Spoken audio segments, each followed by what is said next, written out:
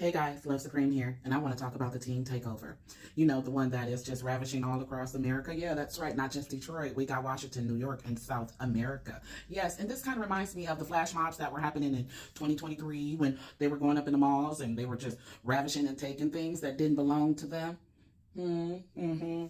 You know, but that's one thing that we got to deal with. But the other thing that kind of came to mind is like, this is not the first set of YNs that we've had to deal with here in Detroit. Let's go back to the 80s, 90s, maybe the early 2000s when the drug dealers were ravishing through our city. And how about those killers and murderers as well? Our city is still trying to recoup from the damage that was done to our community by the young YNs at that time. 80s, 90s YNs, ex-drug dealers, killers, or, what do you want to call them, that were, or who took over our city and that we're still trying to recoup from.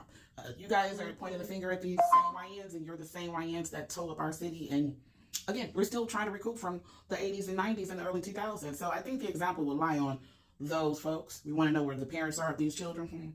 Go figure, wonder who gave birth to those children. Anywho, but I just want us to just slightly roll it back a little bit, because 80s and 90s is way worse than what it is now. I mean, way worse. But I don't think the people will take accountability of that destroyed our communities, that put a lot of our family members on drugs. Let's just call it what it is.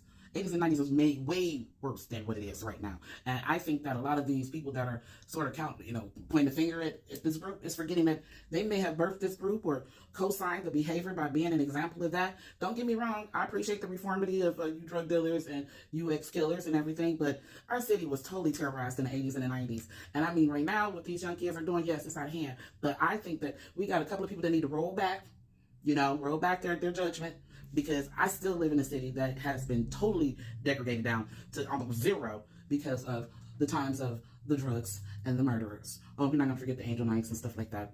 Detroit just has a staple of things. But what I just wanted to bring to light is that we got a lot of extra dealers and murderers and, hustlers and things like that. They got a point opinion about these YNs when you guys were the YNs of our generation.